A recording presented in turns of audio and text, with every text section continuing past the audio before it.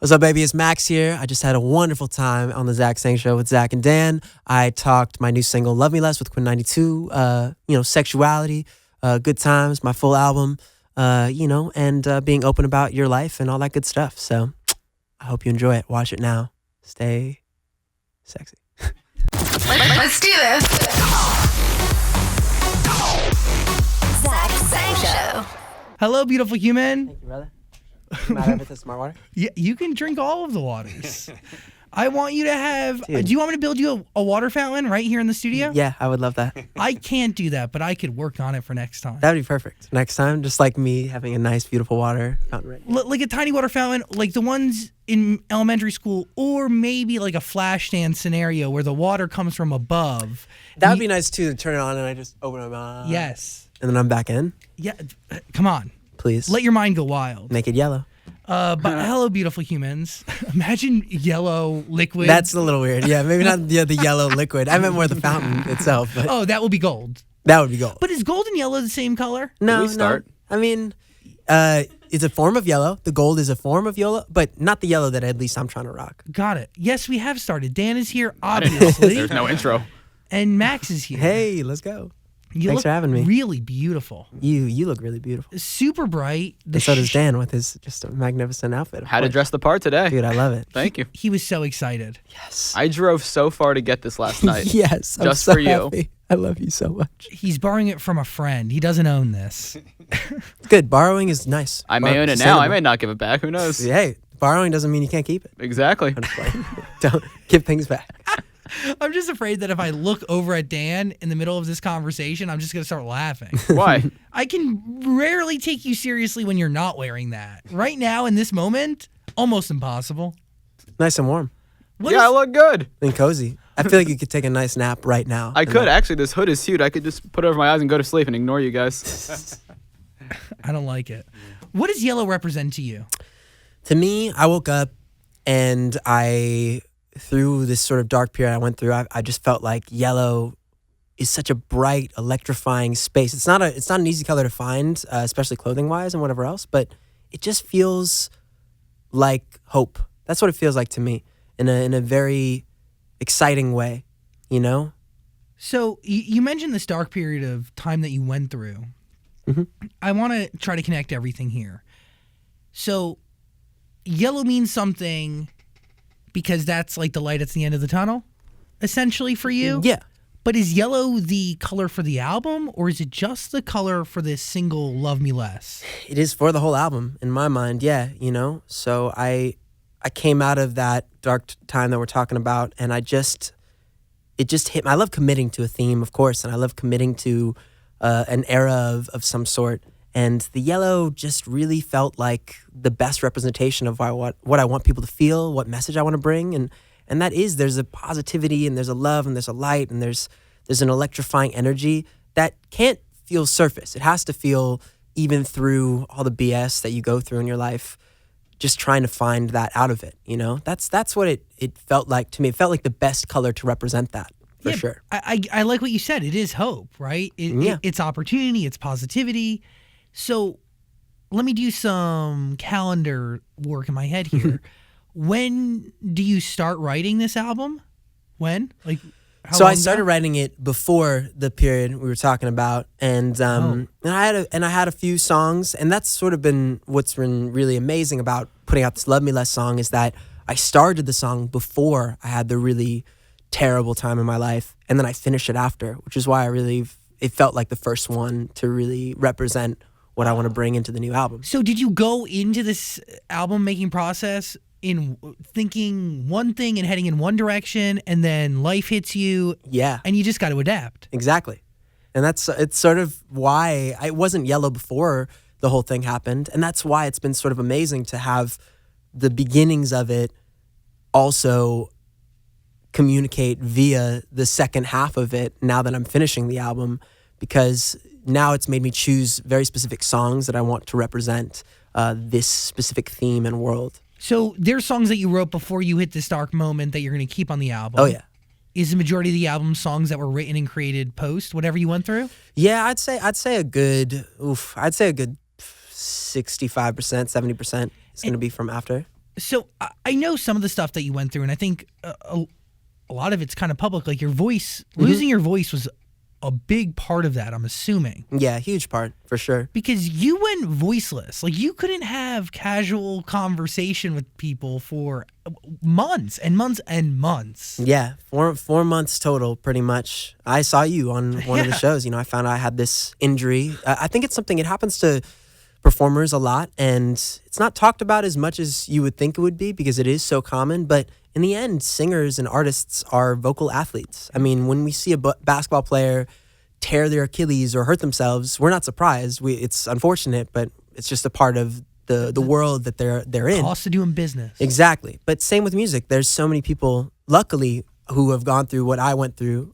Megan Trainor, I think. Megan Trainor was the first person to tell me the app that I should use to communicate with everybody. And Christina Perry hit me up telling me the perfect surgeon to go to. Like, it really was amazing to have this camaraderie with artists who I've known for a long time, but it felt like a new level of having a camaraderie that was not there before, which was the one beautiful thing. It's somebody that's been through it, you connect immediately, which was pretty amazing. That is special because a lot of people, I think, on the outside think, not all artists are they don't really embody camaraderie and community, but in this sense, Yeah. this is health and it's bigger. Like the idea that you were around so many people. I remember we were in Kansas City, the capital for haunted houses, Eskimo Dan. Okay. And they have these crazy ones, and we all went, and you couldn't go in out of fear of screaming because if you really got scared and screamed, your voice could have been gone. It would have been over. Exactly. Done.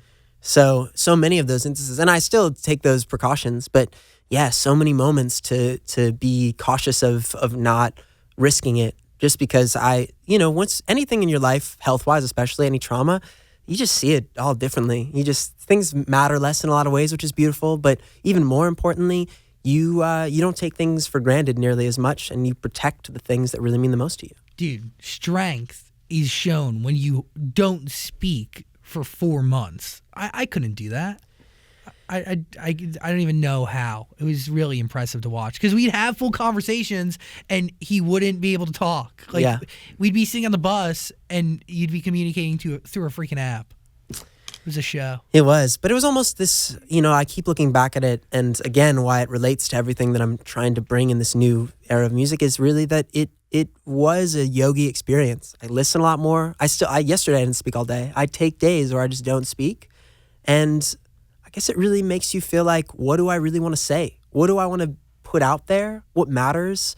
What is truly success to me, Even choosing songs for the album, there was a lot of people who wanted me to put out this one song that didn't mean a lot to me and it didn't really have a message that mattered to me. And I fought for Love Me Less to come out first. And just because I felt like that was a message that I would be more proud to represent. Because your words have meaning. Yeah. The value of a word or a phrase, it changes. It does. The power. So you fight for Love Me Less to come out. It features Quinn 92. It's a great record. It seems really personal and really honest.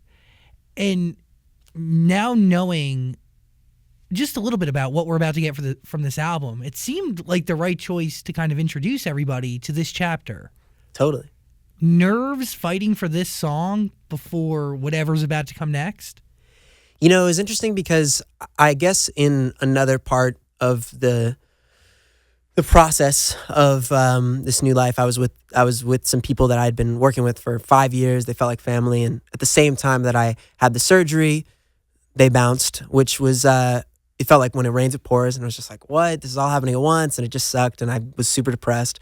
And it was one of those moments where I always listened to what they thought I should put out, And I didn't, with Lights Down Low, I fought at every turn for that song, whether it be to have my wife in the video, whether it to be the song that I go the most with. And I guess it was this post-traumatic stress of feeling like, wait, I want this song to come out.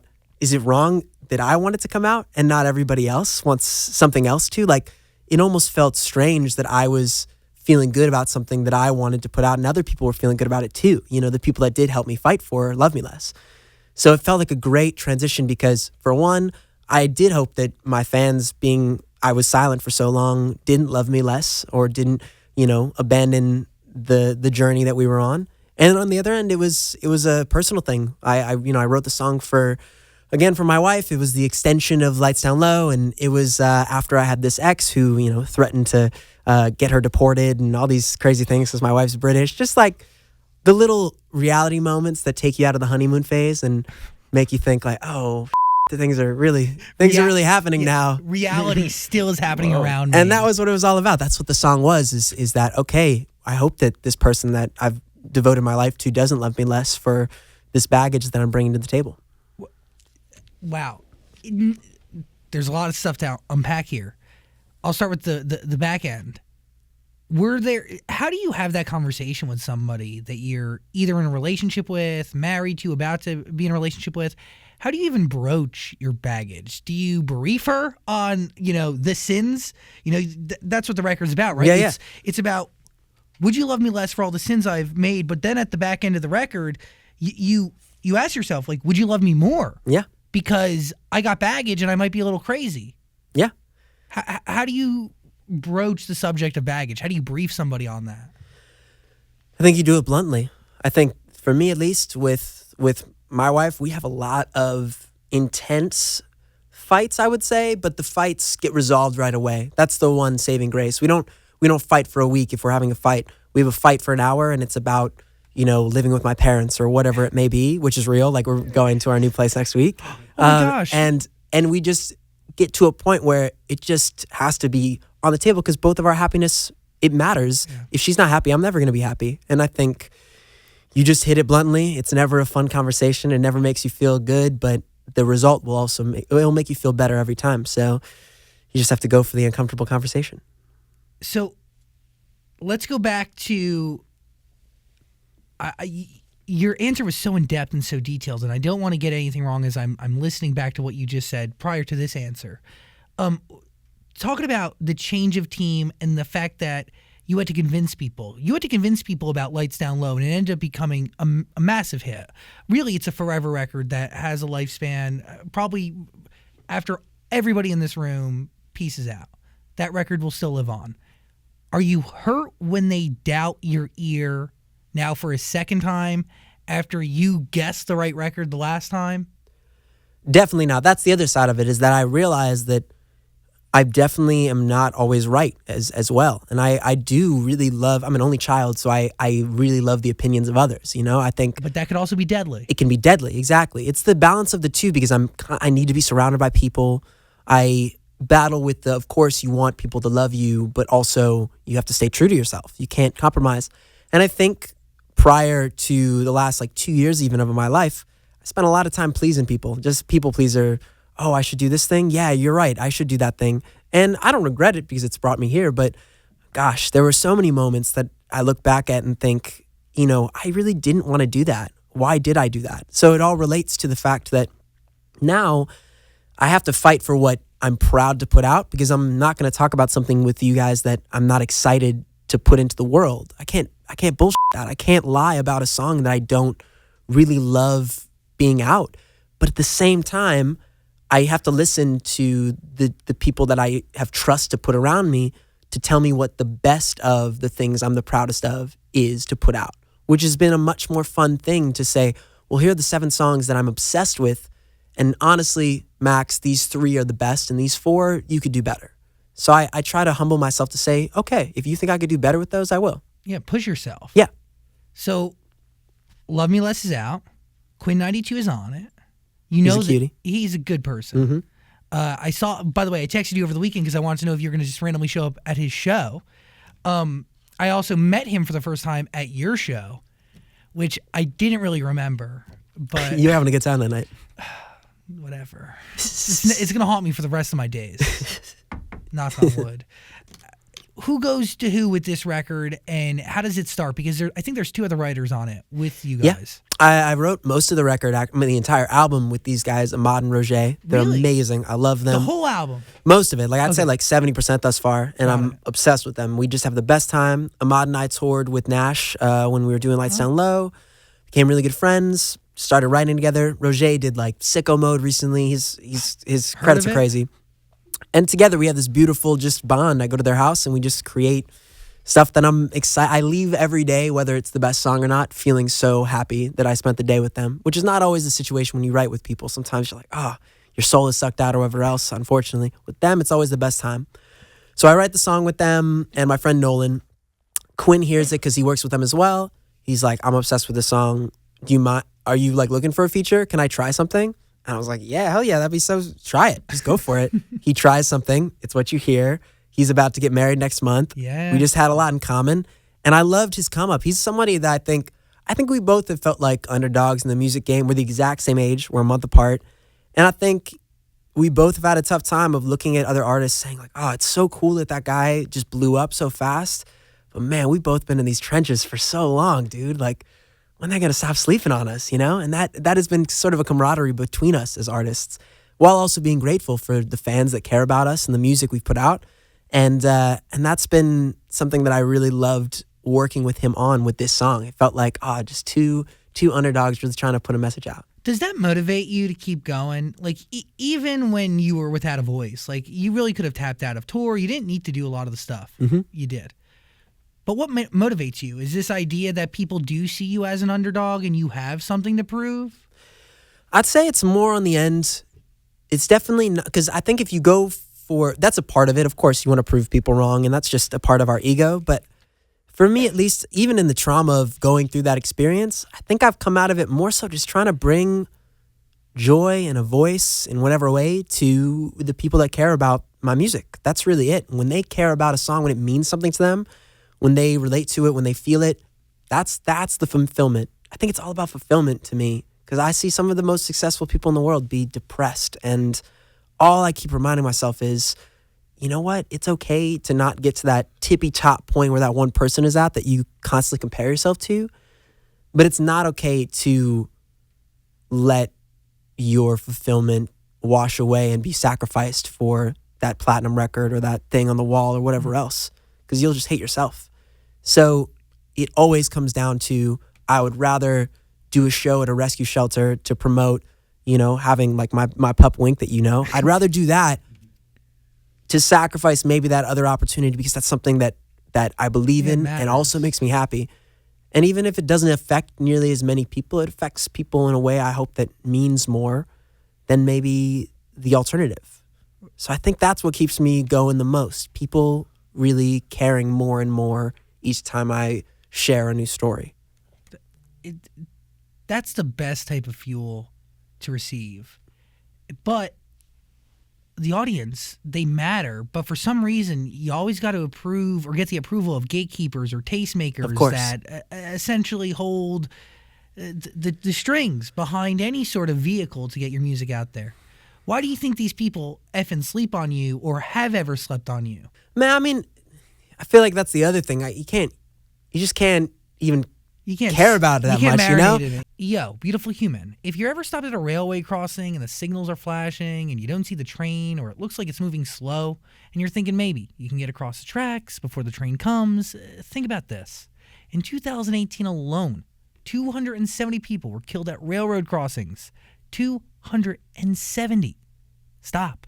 Trains can't. This message was paid for by NHTSA. Do you think that this is somehow attached to the fact that you've done so many covers in your career? Yeah. You've had to embody so many other people's stories, right? Yeah. For years and years and years. Some of the biggest covers that YouTube has ever held on its platform, you've done. Because doing that consistently, and you were churning out covers like a freaking factory, bro. A lot of those. You have to continuously take yourself out of you and put yourself into somebody else's story while reworking their whole arrangement and vocals and everything. And it's interesting you say that, because, the story behind that was that I was in a label deal, like something that not everybody knows how the music game works. I was on Nickelodeon. I was signed to a label. I wasn't allowed to release my own stuff for 3 years. So I did the cover thing. That was the loophole. And owned it, dude. You changed the way it works. And it was awesome, Kurt. I met Kurt. We're not related. Everybody always thinks we are, but he's the man. We did that, and at least I had the power to put my own stuff out. I didn't have to rely on anybody. I hated that. That was the other thing about acting that I always hated. I hated auditioning. I hated relying on people's approval to get a job or to do what I love. By So the way, at least modeling, even more intense than that, and you did that. all the things where you have to wait for somebody else, I can't do. So the cover thing was cool because I would do them at my house with Kurt. We'd record them, we'd do them, we'd shoot them. We were producing our own things and nobody could tell us we couldn't do it. And I think back to your point, on the music side, if anybody comes up to me about one of those covers and doesn't know my own stuff and loves those, it takes a lot in me not to, I have to be appreciative that they enjoy something of mine, but it doesn't fill me at all. It's just like, thank you. I'm glad you like those covers. But gosh, it doesn't mean anything. It sucks that it doesn't mean anything, but it's somebody else's. It's not mine. I just like put it out into the world a little bit more from their baby. But if someone loves Lights Down Low or they got married to it, it fills me up every second. And that was part of, not even, I don't regret it, but that was a mistake in a way. It brought me here, but if there was something that I could do instead of that did fill me more, I probably would have. And now you have integrity and you want to tell stories that are yours. It's really special stuff. Really. Kudos to you. The strength is impeccable. What are you thinking? Are you, as a diehard Max fan, Eskimo Dan? I'm a Max friend. Whoa. Max friend forever, baby. Whoa. By the That's way, my boy. we do have fans and maybe eventually My friends people. hanging Slay, out Bella. in the M&M Sweet Seats. Hey. Yes, girl. Hey, Slay. Bella, how are you? Yeah. Nice to see you. By the way, this is the first time I've ever let guess. I was going to say, this has never happened before. No, So this this is is the first one? First time. Whoa. Okay, we did a slumber party once, but this is like the first time that we've ever had just two random. No, I love you, Bella. But and Grace, Bella and Grace, love you. It's the first time I've ever had just two random people hanging out in the studio. So, welcome. Very so respectful and fam, obviously. So it's like doesn't feel any different than a normal one. I was worried about it. I was like, oh, is it gonna change the magic of a Zach Sang Dan interview? You know, but no. Well, I gotta be honest. Usually I'm over here Googling things, but I feel a little awkward with people behind me watching all my moves. Dan, No, Google everything. Your jacket is literally 15 times the size of your body. They cannot see past it. You Don't are let it okay. sacrifice your world, Dan. I also think the jacket does enough talking, so I don't need to do much. Oh, it says everything, baby. I know. Newsflash, you got to speak for the camera shot to go on you. So, I mean, we can just cut away for a little bit. Here, cut to this. as somebody else is talking, it's just gonna be a shot of you in your jacket. Of course, we'll course. split screen it. Split screen it up. Anyway, we got friends over there. Sweet Seats. Thank you to our friends at M&M's. We love your white chocolate M&M's and white chocolate peanut M&M's. I'm really obsessed. You can have some, Max, if We you like the yellow ones the best. Ooh. Yeah. I'll try them a little later, for sure. But that was the other problem. I feel like with Love Me Less, I've been creating the sound of the Modern Roger and these guys that I'm just like feels so fresh and still me. Like it's an evolution of what I've put out already. It's not a departure for what I've created. Whereas with some other songs, it's so important to me because I don't literally produce everything myself, and I know I don't. So making sure that it's cohesive is so important, you know? And I produce verbally with producers to make sure that it's cohesive. But to not do it physically, that is something that hinders me sometimes, and I want to make sure that I don't put out a song that feels completely out there that doesn't matter to the rest of the project. Because even though it's a singles-driven world, I'd ideally like to be an artist. Like, I hang with AJR all the time, and all we talk about is the importance of putting out a together project. That the album is not dead. That an era or a theme or a world, man, that shouldn't die. Like, we got to fight for that. Just because Prince isn't alive anymore and that world of albums isn't alive doesn't mean that that's not what people still care about. They don't look back and look at A Human Condition from John Bellion and say, oh, that was a time in my life. And they don't always say that about every single, which is like, unfortunately, I feel like the world that we're building into, which is what it is. But I think it's important to still fight to create a moment in time. I could not agree with you more. One, John Bellion's album, Human Condition, changes my life forever. Changes the way I look at life, changes the way I look at myself. I learned things about myself that I didn't know until I listened to that freaking album. AJR, best example. Every one of their albums tells a story from the first second you listen to the last second of that album. Top to bottom, it's beautiful. It's like a movie. The question I always ask myself, and maybe I should start asking it out loud more, who's telling the music industry that albums are dead? Album sales? The numbers, maybe? Yeah, but streaming on a lot of the collection of records, if the story is right and the marketing promotion behind an album is proper, you can get people to link themselves into a story. You got to catch them from track number one. And I think just because it doesn't necessarily translate into a crap ton of sales because they're thinking with business first, they're not thinking art first, they're not thinking story first, they're probably not even thinking audience first. Well, they're thinking audience as it relates to money. So a single has the potential to get out there in the most places, whether that's radio or playlist services or sync stuff. Like, you can't sync a freaking album, you know? You can sync a record from an album. So, But I'll give you two examples. We got Old Town Road, biggest thing in the world right now. Huge. We're all talking about it. I am so fascinated to see, because he seems like a cool guy, Lil Nas, right? That's the name. Lil Nas X, Yeah, yeah. Lil Nas. Is it not? I'm going to say Lil Nas. Nas. Is it Nas or Nas? I think it's Lil Nas X. We Lil all Nas X. Yeah, we'll go with that. So I love him. we look at him and he's great. He's so, like, it seems like he's fun. He's got this massive song. It's every second on the radio.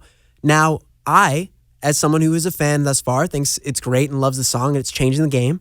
I'm excited to see what happens. I hope that he builds out this story. I hope that it's not just an Omi cheerleader. I hope that it really encapsulates a time and he builds out that world. Whereas on the other side, we have Billie Eilish just puts out this record. It seems like everything she does connects. It is all a part of her vision. Whether you're into it or not, she is going for it with no boundaries. And we will remember that time of this Billie Eilish album when she was 16, 17 and she put this music out. And to me, that is the most exciting. As much as Old Town Road is changing the game and like screw racism and like anybody should be able to put out a f***ing country song and it should be a country song. Besides that, it needs to be that we live in a full period. That's what I get what excites you're me the saying. most. No, it's that's a real that's what excites me most. It's a real chapter, and it's a real piece of their history and then cultural history at the same time. Yeah. And they do serve a purpose, right? The idea that, like what you said with Billie, this is a time where it's the Billie Eilish album. Like, we're going to live on for years and years and years and look back. Yeah. And you can build into it. Obviously, you drop singles, but you build into a story, a world, a thing. So that's what's been important for me for this era and album. And I think meticulously about every video and every song and everything to it with the yellow and making sure that it has something you can follow along to and go back and not even realize it was there. I did it with Lights Down Low. It was like 4 different videos and they all connect if you go back with the salt lamp and the couple in the beginning is the couple in the end of the official video, all that stuff. Love it. And it's more fun to talk about that after and people finding that. You know, that's the kind of stuff that excites me the most with music. By the way, your salt lamp that you gave me right now is on at my house Good. next to my bed and has been since the night you gave it to me. I'm so glad. I touch it every day. Good. Thank you I'm glad again. it brings warmth. Always, baby. So, this album, why are you better equipped now than before to create this album? I'd say I got some fight in me now. I'd say my wife taught me that fight. Lights Down Low, obviously, as a song, taught me that fight. A reason that I stopped working with certain people through this dark period I went through was because I got married. And I think it's a stigma in the music industry that is a little weird. You know, we look at people, I met my soulmate. I met the love of my life. I talked about it. I'm a transparent person. And certain people called my parents and told them I shouldn't get married, that I shouldn't be with this person because it'll screw my career up. And gosh, I would never sacrifice that. No way. That.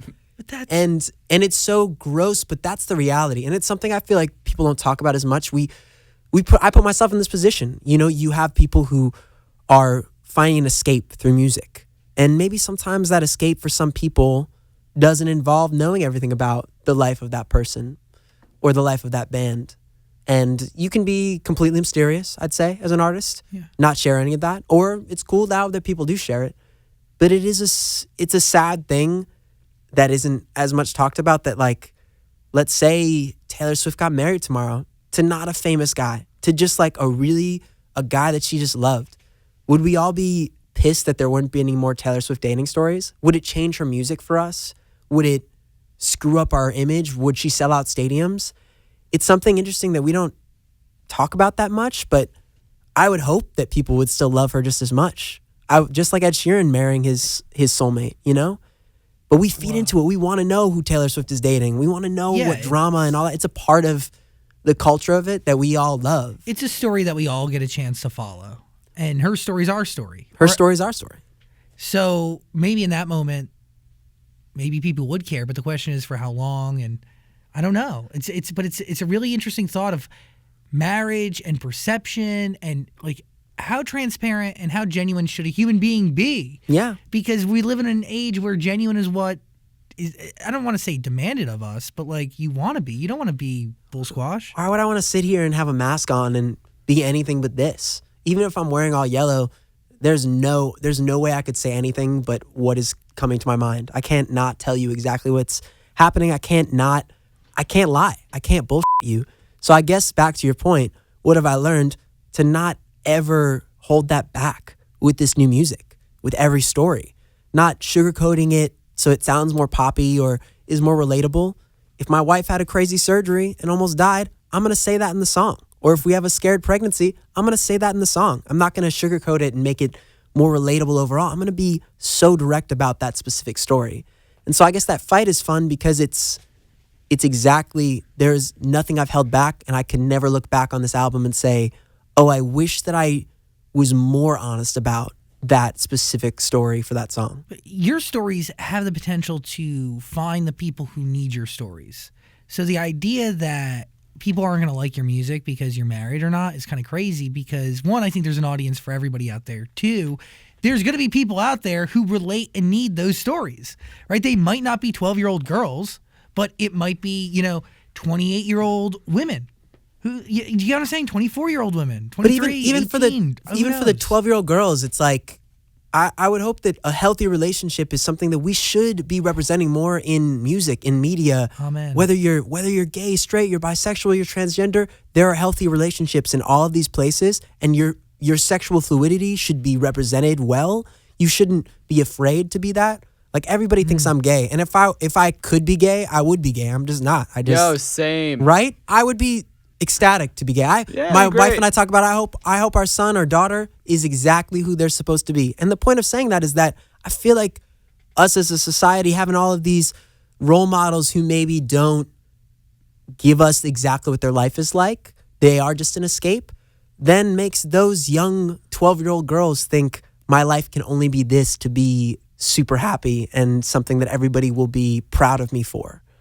And it's cool to see like Haley Kiyoko and all these badass women coming out and representing the other side of the sphere and the spectrum and just doing cool shit and being real with King Princess. There's so many cool artists doing it. But point is that we need more of that so that people are proud of however they came out into the world. Beautifully said.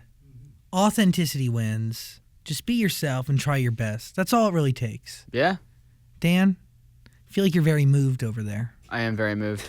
I can tell. He's crying, man. Yeah, you can't see it, but I am. It's good to know that Dan wishes he was gay. I don't say I wish, but like. I don't know if we wish we had you, to be honest with Well, that's mean. you. I guess it's like I put my wedding video up the other day, and I saw some comment was like, yo, this is so embarrassing. Like, just come out already. And I was like, and I was just like, nah, I mean, all I ever think is that. I say to my wife all the time, we have these funny talks where I'm like, man, I look at Harry Styles and like, I would give him a good kiss. I would love to kiss Harry Styles. You're an affectionate guy. I'm very loving, I give you but like, obviously, mutually, I wouldn't want to kiss Harry Styles unless he wanted to kiss me too. But the point with that is that then I think about anything else, I'm not into anything else but that. Like, and it's interesting that whatever that is, like, I'm definitely that spectrum of sexuality. Would you invite Harry in? I mean, but I don't think I could get more than that. You can't perform? That's when I start getting a little in the back of my head. I'm like, oh no, I don't want to do that though. That doesn't feel right to me just to be with him in that way. What about Emily hooking up with Harry and you just being a part of it? I'd be too jealous. I could see her being with another woman and I'd be cool with that. Oh. Yeah, only when it's a woman, when, no competition. No, I'd get too jealous if it was a man. Yeah, it's true. I would. I understand. I don't know. We don't talk about that stuff too much. She would definitely be pissed if I talked about it right now. But point being, I tell her a lot where like we see a beautiful man and we've been watching Queer Eye nonstop. I love Queer Eye so much. And I have such a big crush on Anthony. He's so rad. Beautiful. He's so sick. And I just tell her all the time, I'm like, if I were going to kiss one of those guys, it would be Anthony for sure. Wow. And but I guess I don't know, the point of this whole conversation is that it is really cool that sexuality is pretty fluid in this new day and age where it's like, I can say to you that I don't consider myself gay, and I love my wife, but like I would love to kiss Anthony. That would be cool. Dude. And that's it though. That's all I'd want to do. What does that make me? Who gives a No, I think you and me are just very comfortable because I always say I love Harry Styles. That's my number one also, and I love Anderson Cooper. And I'm like, yeah, like you said, I'm not gonna go hit a home run with Harry Styles. No But I'm home run. comfortable enough with myself to say, yeah, Harry Styles is a great hot guy, Totally. and he looks phenomenal. There you go. And Anderson Cooper is a silver fox. Delicious. Absolutely. you're clearly comfortable, which is a great thing. Yeah. And it's this, I don't know, you obviously love people for being people. And I the do, pansexual thing is so beautiful. That really is, I guess, a great new thing that I feel like is erupting in this new era, which is what it is. I feel like we're on our way to a point in time where those, like, people won't have to come out. No, it'll just be there. People are just going to love who they choose to love. People are going to be able to freely say that is a attractive man or an attractive woman or an attractive freaking cactus. It doesn't matter. I don't know if I'd kiss a yeah, cactus, I don't but know about that. I get what you're saying. They're prickly, but Hey, listen. I get lonely. If you get lonely, I don't know if a cactus is your best choice. Damn. Hey, no judgment. If you love a cactus, If you could only see the love scars that leaves me. Let's get back on track here. yeah, hit me. Sit back down. Do we have a date for this album? September, I'm going for. September? That's what I'm working towards. So you wrote 70% of the album with those two guys. Yep. You brought up to me a few months ago, I think we were in Kansas City, a John Bellion record.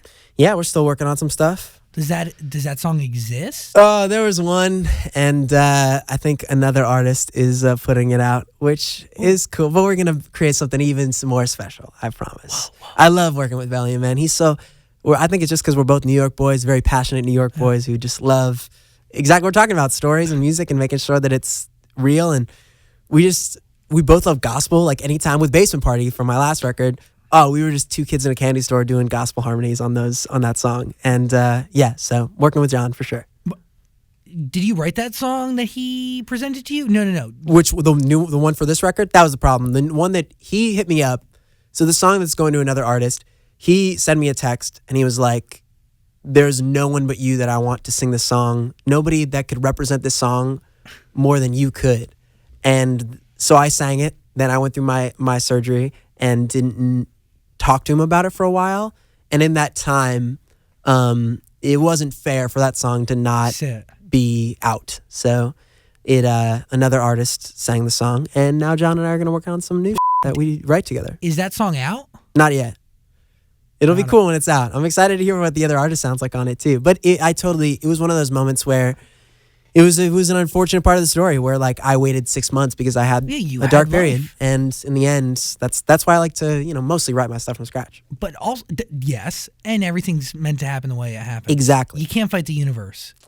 Your loss is somebody else's win, and their loss is your win. Amen. And that's you can't. Sometimes you got to just know that that's the way of the universe. You having that failure is because someone else needed to get that part and do that thing.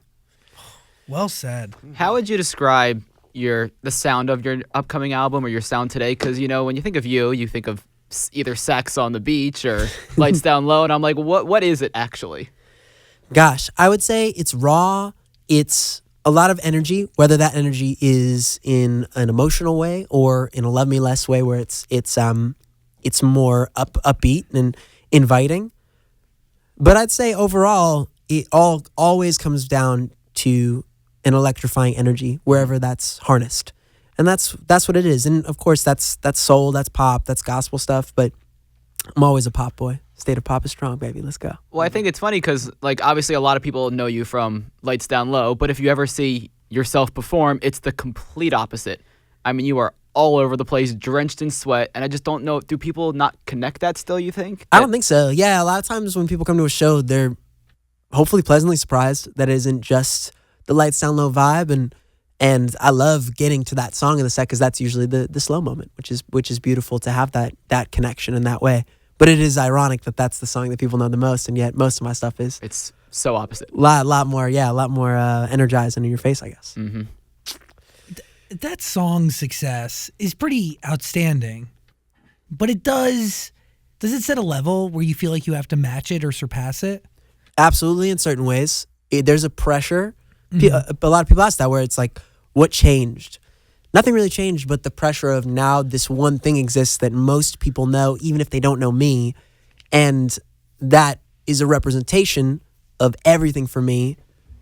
And can I ever do that again, but not the same? I would never copy that exact You shouldn't want song. to. And I don't want, exactly. That's the main thing. It's like putting out another song that has the same guitar that starts it and me singing a ballad.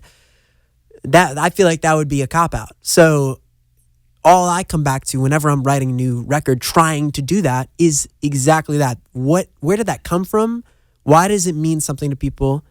And is there a way to replicate the amount of passion that was in that record, maybe in a different way or a different sound? Always. But it is the double-edged sword of a song kind of really having its own life outside of an artist. Well, I think we talked about this before, but we talked about how like that song was bigger than you. Oh yeah, totally. Is that a good thing or a bad thing?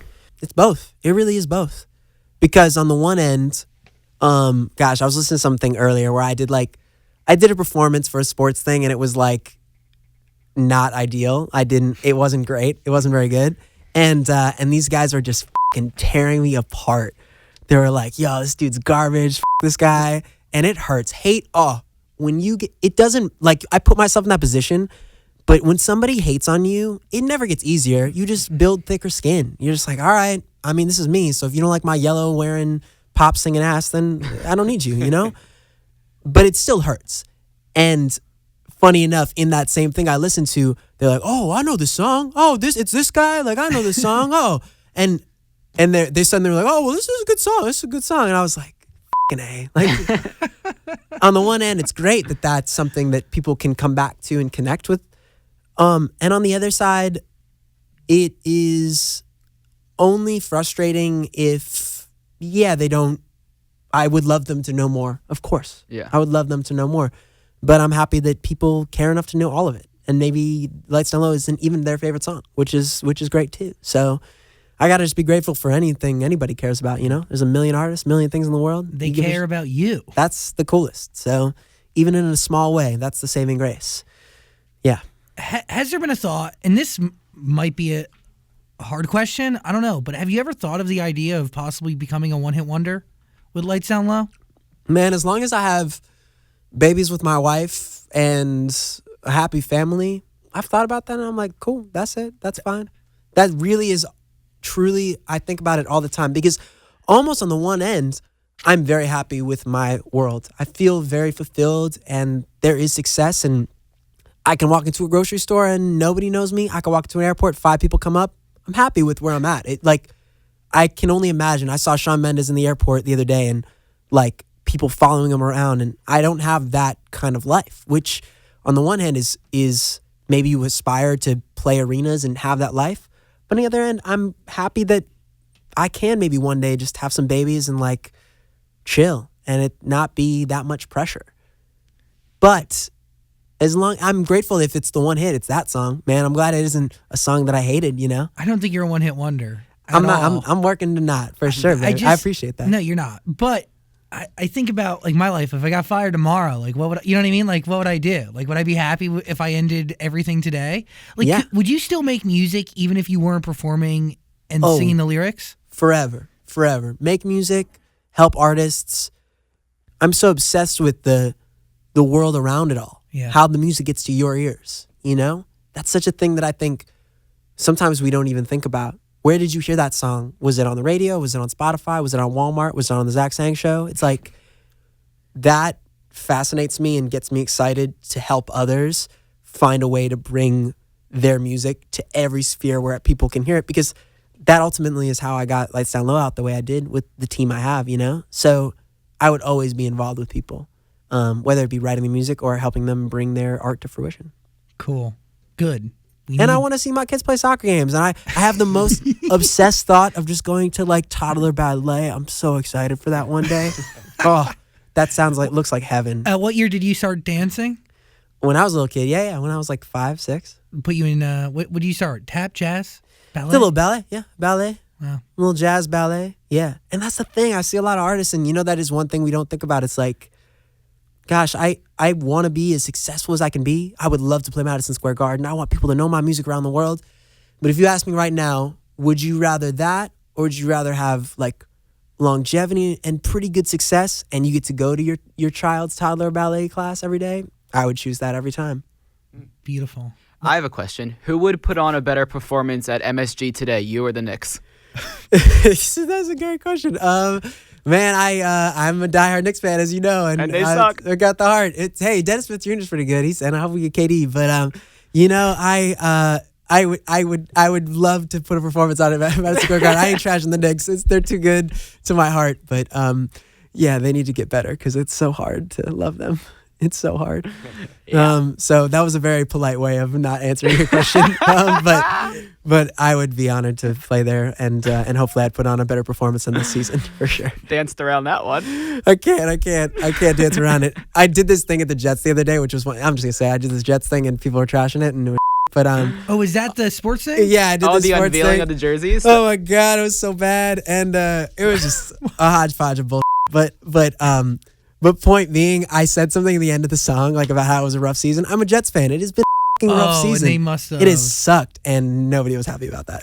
Oh man. I was just addressing what'd the you say? obvious, and I'm sorry to all Jets fans out there. I felt like I could say it because I am one. Just like if someone else trashes the Knicks, and they're not a fan, I'm like, you get out of here. But if it's a Knicks fan, No, I'm because like, you can't. We started the conversation with if you love something, honesty is the best policy, and Yeah. you deserve honesty. I didn't say the Jets suck. I was like, even though we had a rough season, I'm still New York. Like, I'm still here, even if we had a season, I'm still a fan. Isn't that even better to be a fan when you Yeah. have a season? Yeah, because you know, if the team should want you to be there, whether they're Beyonce or they're Lindsay Lohan. So like, I don't know, it shows commitment.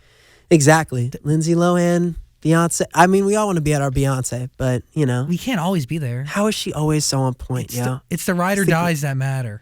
I don't know, guys. Lindsay Lohan seems like a good time, She seems like she's having a good time with life. right? I gotta wrap this up. Yeah, I know. We're having a good time. But by the way, does Woody Johnson come up to you after? Isn't that who owns it? The Johnson Johnson. I had family owns the I had a Jets. show right after, so I had to leave literally right away. He seems like a really was probably scary a saving guy. grace. Yeah. He's probably- no he's probably time a nice to guy. hang around and get yelled at. He's probably a nice guy. Yeah. Yeah, man. Yeah. One last quick question. Are you touring again soon? I feel like you play 500 shows a year. Too many shows. Yeah, I've been doing a ton of college shows and radio shows, but once this album's out, I'm going to do a proper tour. I've never had the chance to do that. I've never done, which is another thing I wish I did. Like, I've never had an album come out and then I tour for that album. So I'm going to be doing that very soon. This is your time, my friend. Thank you, baby. September, possibly an album. That's like a rough date. Working hard. Love Me Less, featuring Quinn 92. That is the single. It deserves your ear. Do you have like a schedule yet? Like, how many songs are actually done for this? I got like 8 done. 8. How many you want to put out? Between like 10 and 14, I'd say. Healthy. Yeah. Keep it like nice and Let's see where you sink your teeth in. A good thick sandwich. Dan, Yes. final thought. You look good in yellow. As you, my friend. I appreciate that. So beautiful. I didn't have a single yellow thing in my closet. I'll change that. Thank you so much. Max, I love you. Love you, brother. Love. Yeah. Clap for Max. Thanks, guys. I really hope you enjoyed that conversation. If you did, please subscribe and also check out our podcast. There's a link in the description, and also comment and like and do things. Other interviews are on the screen somewhere, so click them. Thanks for watching.